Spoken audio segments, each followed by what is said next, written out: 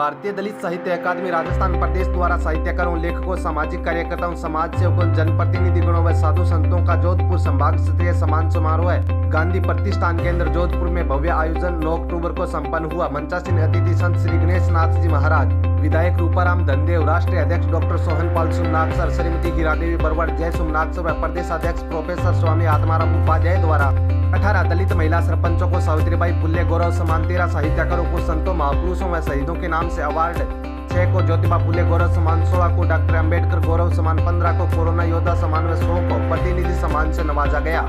हेमाराम जोया सरपंच ग्राम पंचायत बुद्धाबेरा बालेश्वरा द्वारा प्रतिभोज की व्यवस्था, चंदन प्रकाश उर्फ चंदू जयपाल, जानवी फैशन शॉप तनवाड़ा फांटा जोधपुर द्वारा 100 मोमेंटो प्रतिनिधि सम्मान के लिए व्यवस्था की गई। ओम प्रकाश मलिंडा प्रकाशन अजमेर द्वारा प्रतियोगी परीक्षा के लिए राजस्थान का समसामयिक इतिहास फतेह से सतह का विमोचन भी किया गया। बीकानेर से हकदार समाचार पत्र के संपादक अशोक प्रेमी, चूरू से जागो हुक्मरान समाचार पत्र के संपादक धर्मपाल चंदेल, राजस्थान धड़कन न्यूज के आनंद मेघवाल, संतोष रेवाड़िया उपस्थित रहे। भारतीय दलित साहित्य अकादमी राजस्थान प्रदेश की टीम के प्रोफेसर स्वामी आत्माराम उपाध्याय, उपराष्ट्रपति पुरस्कार से सम्मानित बाबूलाल निर्मल, प्रदेश संयोजक हेमलता कांसोटिया, प्रदेश उपाध्यक्ष श्रीमती माया पुनवारिया, प्रदेश अध्यक्ष महिला प्रकोष्ठ भीकाराम मेघवाल, जिलाध्यक्ष नागौर ताराचंद जयपाल, जिलाध्यक्ष बीकानेर, नरपत राम जोरम, जिलाध्यक्ष जोधपुर, मास्टर भोमाराम बोस, जिलाध्यक्ष बाड़मेर, मग्गाराम कड़ेला, जिलाध्यक्ष जैसलमेर, मोहनलाल, जिलाध्यक्ष पाली, नारायणराम मेघवाल, जिलाध्यक्ष सिरोही, नरेंद्र राणावत, जिलाध्यक्ष जालोर का इस कार्यक्रम को सफल बनाने में विशेष योगदान रहा।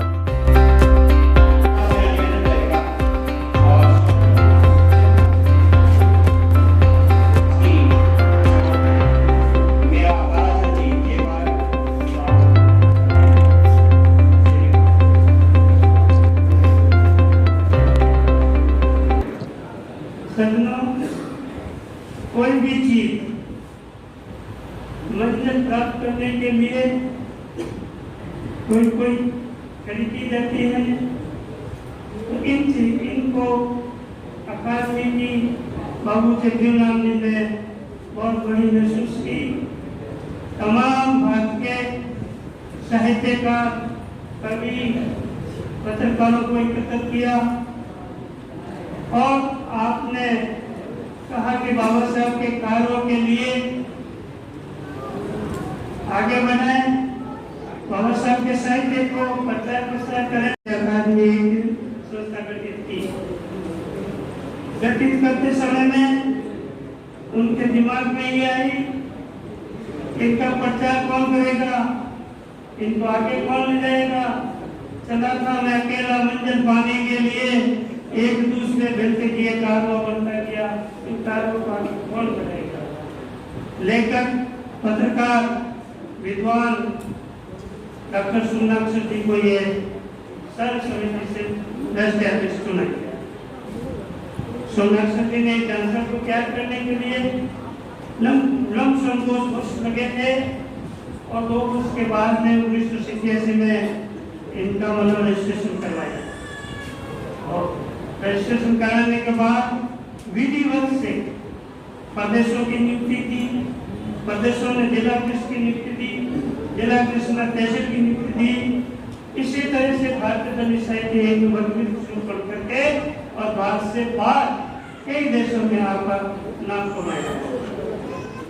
हमारे बीच में 2 महापुरुष बैठे हैं, हम तेलंगाना में गया था, वहां पर इन्होंने हेमलता ने ये पसंद रखा कि अपना महिला सरपंचों को सम्मान समारोह किया जाए। अच्छा है, मैंने तत्काल कह दिया लो काम करो। तो प्रथम दलित साहित्य सम्मान समारोह महिला का 10 अप्रैल 2022 को जयपुर में रखा था। उस समय में 22 महिला सरपंच आई थी और अन्य मतलब समाज सेवी करके 950 कार्यकर्ता को सम्मानित किया। बनी थी हमें शुरुआत में जो हमारे सरपंच हैं, दलित सरपंच, महिला सरपंच हैं, क्योंकि आए दिन ऐसी घटनाएं हम सुनते भी रहते थे, तो उनको हमें सम्मानित करना चाहिए। उनके अंदर एक आत्मविश्वास, सम्मान की बात जगानी पड़ेगी ताकि वो आने वाले समय में अपने कामों को समझ सके और अच्छे से कर सके। तो ये मुहिम की शुरुआत हुई। इतना मतलब मैं खुद बहुत चमत्कारी समझिए कि हम लोगों ने सोच बनाई और मंदिर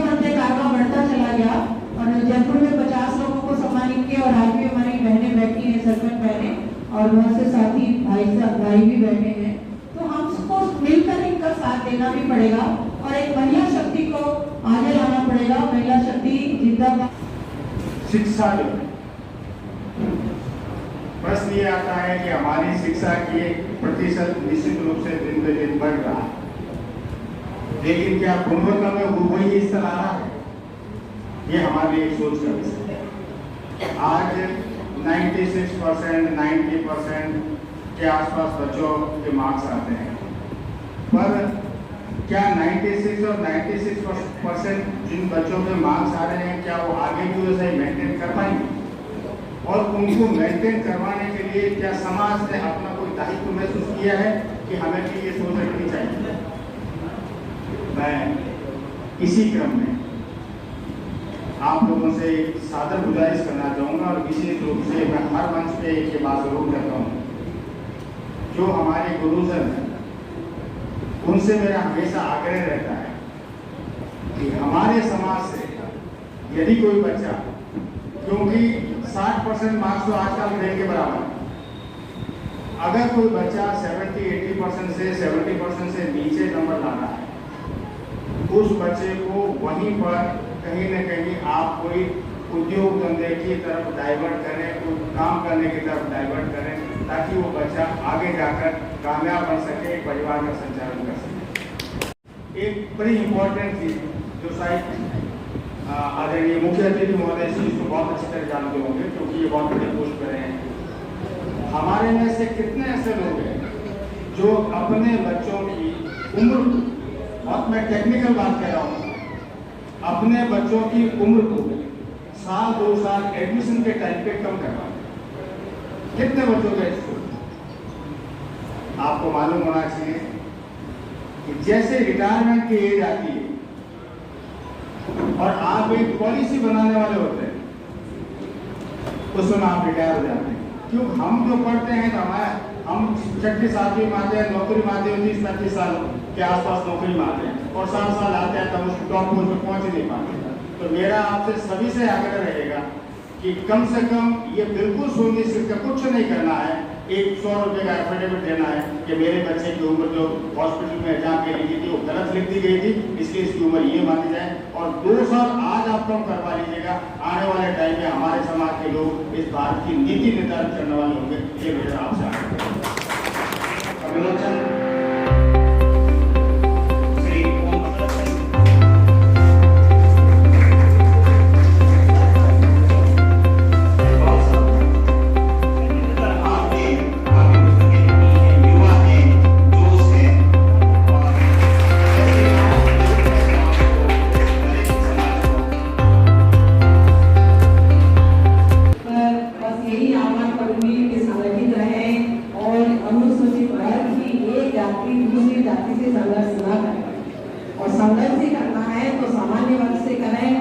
उन्हीं से हमारा संघर्ष है, आपस में हमारा कोई संघर्ष नहीं है कि यहाँ विवाद आएगा, यहाँ लीडर आएगा, यहाँ कौन आएगा और क्यों आएगा। यहाँ पर सभी के लिए मंच है, सभी के लिए इस अकादमी में जगह।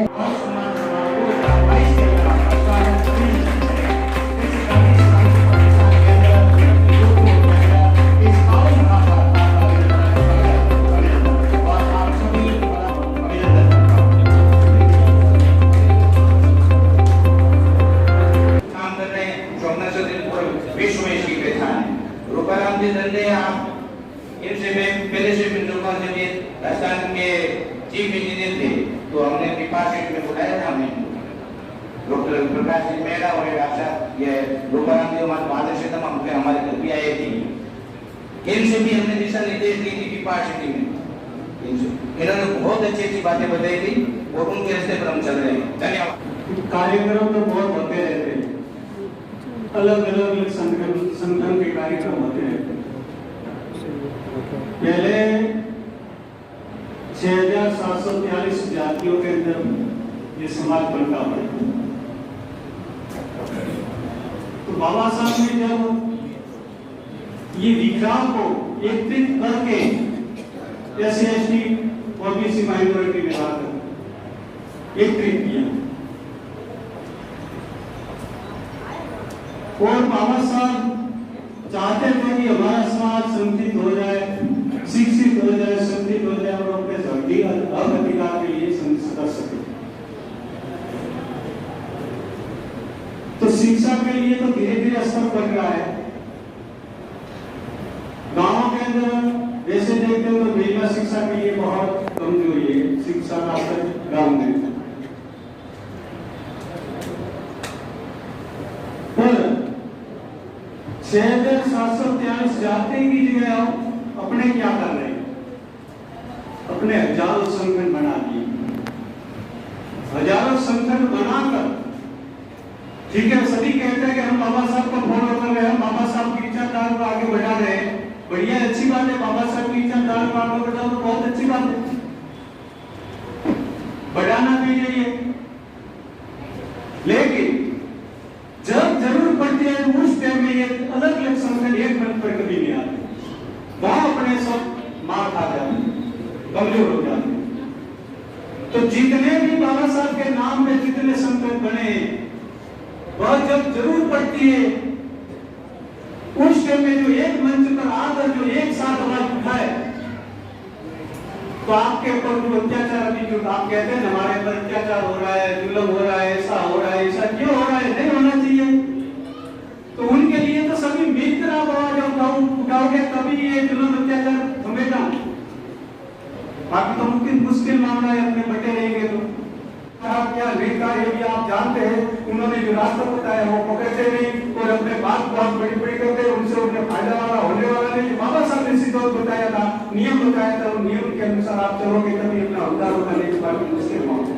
वैसे आप सभी यहाँ भी आए, यहाँ से एक प्रण लेकर जाना चाहिए आप सभी को बाबा साहब के तस्वीर के आगे, कि भाई हम यहाँ के जाने के बाद में कोई आगे बढ़ता है कि कोई अच्छा काम करता है तो उनके सपोर्ट में रहेंगे, लेकिन उनकी काम साइड भी नहीं करेंगे। ऐसा ही यहाँ से शपथ लेकर जाना चाहिए ताकि अपनी जो है सोच है वो सकारात्मक सोच हो जाए। जो अपने सकारात्मक सोच के जो भी बोलेंगे तो जो उसके जो पेड़ पौधे लगे होगा वो भी सकारात्मक पेड़ पौधा होगा तो उनके ऊपर जो फल लगेगा वो भी सकारात्मक सोच का ही होगा, ताकि अपना समाज आगे धीरे धीरे सकारात्मक सोच में आगे बढ़ता रहे, नहीं नेगेटिव सोच में आ जाए। नेगेटिव सोच छोड़ो, पॉजिटिव सोच में आ जाओ। जो अच्छा काम करता है कोई भी संगठन हो, चाहे भारतीय दलित अकादमी हो, चाहे भीम सेना हो, चाहे कोई सेना हो, चाहे बात से वो कोई भी जो आपके समाज के लिए जो अच्छा काम करता है तो उनके सपोर्ट में रहेगा, उनको आगे बढ़ाने के लिए उन्हें सपोर्ट करना है।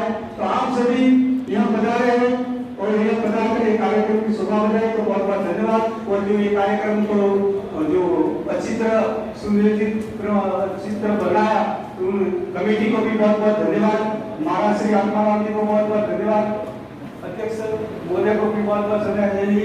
हमारे लोक नायक रूपाराम गणपे साहब पधारे जिस समय से, ये तो आप सभी जानते हैं, पहले भी जो थे अधिकारी थे उस टाइम में भी अपने स्थान के बहुत लोगों को नौकरी में लगाया, बहुत अच्छा काम किया हुआ। अभी ये जनरल से सीट से भी कैमरे बड़े हुए तो उनके पास में कुछ जनरल और जो मैंने मेरे जीवन से होती है और आज आपके सामने मैं आपको एक बात ये कहना चाहता हूँ कि शिक्षा के अंदर आपकी पारिवारिक परिस्थिति कैसी भी हो, दुविधा हो या नहीं हो, आर्थिक स्थिति कमजोर हो, आपके माता पिता मजदूरी करते हो, भगवान नहीं करते हैं किसी बच्चे की माता चली गई हो या पिता चले गए हो या दोनों ही चले गए, ऐसे लड़के वैज्ञानिक IAS खेलों में अन्य कलाओं में विश्व रिकॉर्ड बनाया उसने, जिसका साल में ये मैं कहता हूं मैं खुद एक पखवाड़ा बना दिया कि अलग अलग स्टेट में जब जिनको हमारे स्टेट प्रदेश के जो अध्यक्ष है और शाखाएं हैं जब वो बनाना चाहे तो उसके रूप में वो समाज स्वरूप बना सकते हैं। कार्यक्रम आज यहाँ पर आयोजित किया है और हम आप सबको एक अवसर दिया है कि यहाँ हम साहित्य चिंतन करें और साथ ही में चिंतन करें कि भारतीय साहित्य अकेडमी पिछले 27 साल से अपनी इतनी आकर्षण हुई है और आगे हमें और कितनी दूर करना है। कि जो देन है उपलब्धि है शिक्षा के क्षेत्र में, उसके विषय में आपके समझ सकता यही नहीं, वो स्वयं भी अपने जो है वहाँ पर शिक्षा संबंधी जो अपना अभियान है वो कार्य रखे हुए हैं और वहाँ पर भवन और कमरे या दूसरे वो स्थापित कर रहे हैं। ये बहुत महान कार्य है क्योंकि बाबा साहब डॉक्टर अम्बेडकर के का जो पहला मूल मंत्र है वो यही है कि शिक्षित बनो, और मैं समझता हूँ उस शिक्षित बनो के वो संत जी महाराज का ये प्रयास बहुत अच्छा और सराहनीय है। तो मैं ऐसे उनका आभारी हूँ और धन्यवाद देता हूँ। दूसरे आज के मुख्य अतिथि डॉक्टर रूपराम गांधी जी जो विधायक है जैसलमेर से और सदन सीट से जो जीतते रहे हैं उनको भी, और जो राष्ट्रीय अध्यक्ष हैं मेघवाल महासंघ के, उनका भी बहुत आभारी हूँ कि उन्होंने अपना अमूल्य समय देकर के इस सम्मेलन को सफल बनाया।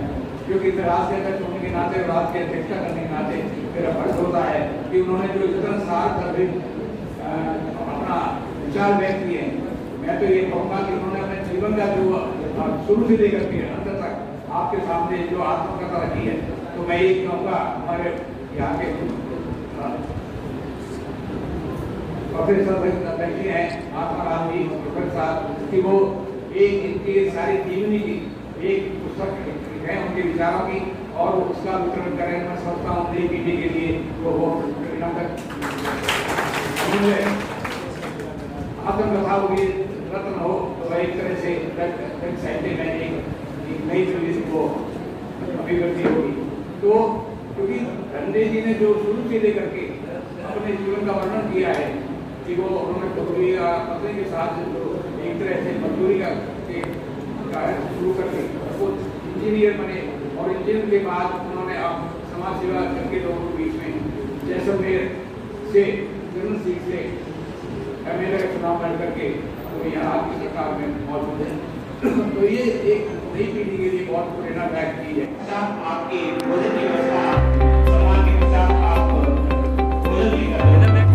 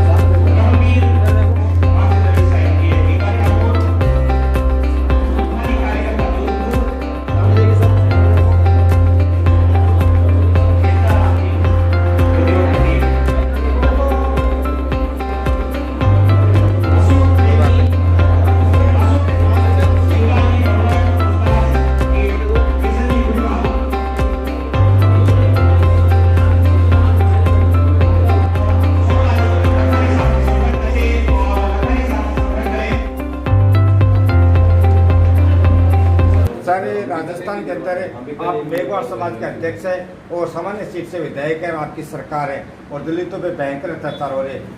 वर्तमान में आप समाज की दशा और दिशा पे थोड़ा चर्चा करोगे कि कहीं समाज गलत है या और अन्य कारण? ऐसा है कि अत्याचार अधिक होने लग गए हैं। इस चीज़ को तो मैं आपके बात से या जो भी चर्चाएं चलती है सहमत नहीं हूँ। अभी क्या है कि पहले कई बार किसी को मार के कुएं में डाल देते, गांव के मुखिया जा कह देते कि यार भाई मर गई तो मर गई, या यार रिपोर्ट मत करा। कोई हिम्मत करता तो थाना रिपोर्ट नहीं डालता था। अब माननीय अशोक गहलोत जी ने ये निर्देश दिए हैं, कुछ भी घटना हो जाए दलित या अन्य, जिसका पुलिस में केस दर्ज करने लायक है, घटना हुई या नहीं हुई, लेकिन कोई जाता है तो FIR लॉन्च होती है, इन्वेस्टिगेशन में वस्तुस्थिति आती है। तो इतनी जो शिथिलता दी है और SP वगैरह को यहाँ तक कि FIR लॉन्च नहीं कर आपको सस्पेंड कर दिया जाए। इसलिए नंबरों आप लोगों के पास आते हैं, आंकड़े आते हैं, आपके पास पत्रकार भी शहरों में घूमते रहते हैं, गांव में जाएंगे देखो पूछो दलितों पे आज से 50 वर्ष पहले अत्याचार थे, बढ़े हैं घटे हैं, तो वास्तविकता हुआ, लेकिन आज भी अत्याचार है, ये बात ठीक है। दलित साहित्य अकादमी का जो कार्यक्रम है इसमें आप पधारे हो और समाज को दलित साहित्य अकादमी से तो दशा और दिशा पे विचार? ये पूरे इंडिया के अंदर काम करते हैं, इंडिया से बाहर भी करते हैं, जो समाज पिछड़े हुए हैं, दबे कुचले हैं। और मैं तो यहाँ तक ही कहूँगा, आज मैं भी गाँव ढाणी जाता हूँ। आपने जैसे बताया तो मैं मेघवाल समाज का इंडिया का अध्यक्ष हूँ, कश्मीर से कन्याकुमारी तक जाता हूँ। तो मैंने देखा है कि जो गरीब और पिछड़े हुए हैं उसमें अधिकतर दलित हैं, अल्पसंख्यक हैं, और ये आपके ब्राह्मण, बनिया, राजपूत, सोकाल जिसको कहते हैं, उनमें से भी गरीब है। हमने ये देखे हैं, मेरी विधानसभा में उनको रोटी नहीं मिलती, मजदूरी करते नहीं हैं क्योंकि पुरानी शान है। तो स्थितियाँ हरेक की है। अब कोई भी संस्थान किसी भी रूप से, भारत में 140 करोड़ की आबादी है, अब इसको चाहे उसमें सब है, हिंदू, मुस्लिम, सिख, ईसाई, जैन, ब्राह्मण वगैरह, तो उसमें से किसी भी तब कोई भी संगठन बन के और किसी भी ग्रुप को अपलिफ्ट करता है तो वो देश उठेगा। तो ये संस्थान बहुत अच्छा काम करेगा। जी धन्यवाद। आज समाज को संतों से जो उम्मीद है उसके लिए संतों को और समाज को दोनों को मिलकर क्या करना चाहिए? संतों को तो हमेशा संत किसको कहते हैं कि समाज को सही दिशा दे, और जो उनका आगे कोई गलत रास्ता है उनको थोड़ा रास्ते पर संत कहते हैं, सही रास्ता बता है। तो अपना जो दायित्व बनता है कि समाज के अंदर कोई कुरीतियाँ हैं, कोई दीवारें हैं, कोई नशा पता है, गलत रास्ते जो युवा लोग जा रहे हैं, तो उसमें उनको सही बात बता के, सही रास्ता बता के उनको रास्ते पर लाना है। समाज को शिक्षा को जोड़ना है, और जितना बने इतना समाज शिक्षित बनना चाहिए, और शिक्षित तो रहना ही नहीं चाहिए। तो समाज को शिक्षित बनाकर भी उनको घर बैठे जाके आना चाहिए, नौकरी हो क्योंकि हम सांचों में रहते हैं, आसपास इलाका जो है पहले तो सक्षम कम था, अभी तो वो एरिया का बहुत सक्षम हो गया क्योंकि नया राज्य सक्षम के अंदर जो पूरी की तो थी समाज के अंदर उनकी बहुत भी चलता रहा, तो नशे पत्ते। आप देख रहे हैं पिछले 38 साल से भारतीय दलित साहित्य अकेडमी सारे देश विदेश में कार्य कर रही है, और उसी के अंतर्गत अभी जो भारतीय दलित साहित्य दिवस हमने स्टार्ट किया था, तो ये चौथा दलित साहित्य दिवस था 6 अक्टूबर को, जिस दिन मेरा जन्मदिन होता है। 83वां जन्मदिन भी मेरा लोगों ने दलित साहित्य दिवस के रूप में मनाया था। उसी संदर्भ में यहाँ राजस्थान प्रदेश कांग्रेस प्रदेश साहित्य अकेडमी है, उसने आज यहाँ जोधपुर में आयोजित किया था, और इसमें ये चौथा भारतीय साहित्य अकादमी का जो आयोजित है दलित साहित्य दिवस को मनाया गया है। और मैं समझता हूँ इसमें जो रूपाराम टंडे जी और महाराज जी ने और हमने जो उसमें मुख्य अतिथि के रूप में पधारे थे, काफ़ी अच्छा संदेश दिए गया है लोगों के बीच में, और अब तक बहुत प्रगति की है 15-20 साल में राजस्थान में, क्योंकि जो बड़े लोगों के विचार हैं उसको जब तक नहीं चला जाएगा तब तक कुछ होने वाला नहीं। तो यहाँ राजस्थान में प्रोफेसर आत्माराम उपाध्याय के नेतृत्व में काम बहुत अच्छा हो रहा है, लोगों में जागृति दी जा रही है और मैं समझता हूँ पुरुषों के साथ महिला भी बढ़ चढ़ के